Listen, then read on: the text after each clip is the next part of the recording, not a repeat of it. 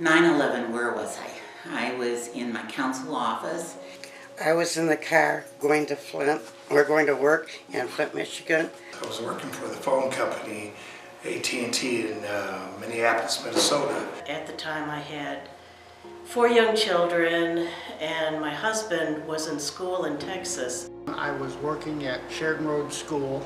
My wife and I were driving from Memphis, Tennessee to Lansdale, Pennsylvania to visit her daughter. I was back in Illinois visiting one of my sisters, and we were shopping in a grocery store when one of her friends came up and asked her if we'd heard the news.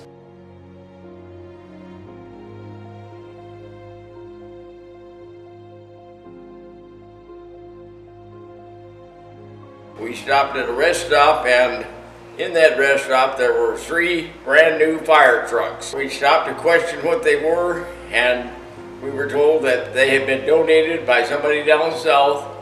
We're headed to New York City to replace trucks that were damaged, destroyed in 9/11. In New York City or the boroughs, they lost a lot of phone service. Folks weren't able to interact with individuals who not necessarily involved in the situation, but were on the peripheral.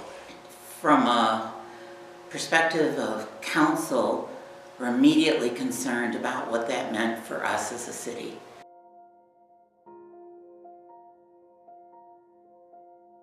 A couple of days later, and I went to pick him up at the airport, and when he got off the plane, I expected that all these people would have been trying to get home, and I was shocked because only 2 or 3 people got off the plane. My son, who lives in Boston and works around the United States, flew to California the night before.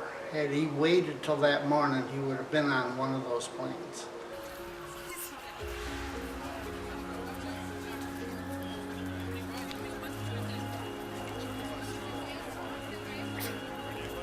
To me, it reminded me of the bombing of Pearl Harbor. And once we got outside, it was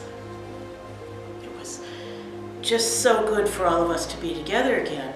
But at the same time, you couldn't help but think that of all those people on the planes who did not go home to their families.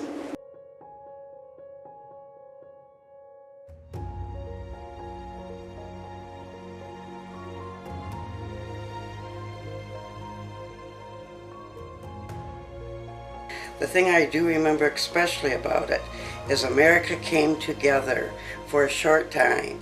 It seemed like we all were like glue, and it seemed like it brought America closer together because of the tragedy. If people only realized that we've got to learn to get along and just support each other and settle our differences and just live together.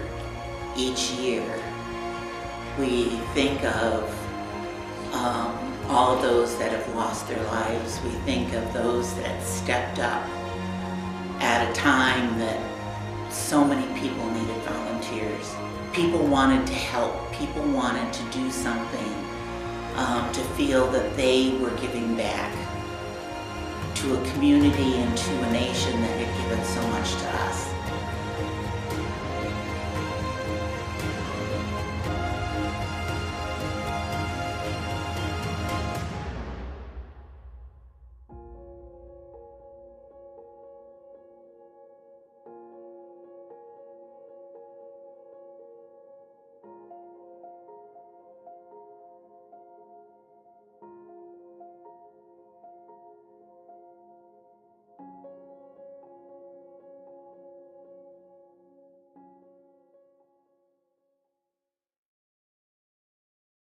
Eric Weber, Captain with Lansing Fire Department, ERIC-WEB-ER.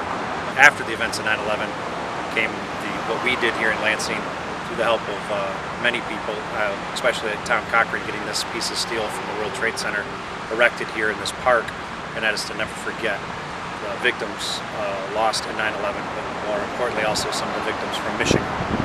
So every year on the morning of 9/11, there's a memorial service here in this park. It begins at 8:30.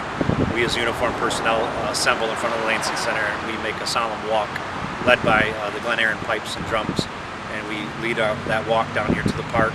We assemble here and hear guest speakers, benedictions and blessings, and then dignitaries and people of Lansing here to talk about the events, what it means to them, how it's impacted the community and the nation. And we have that service here.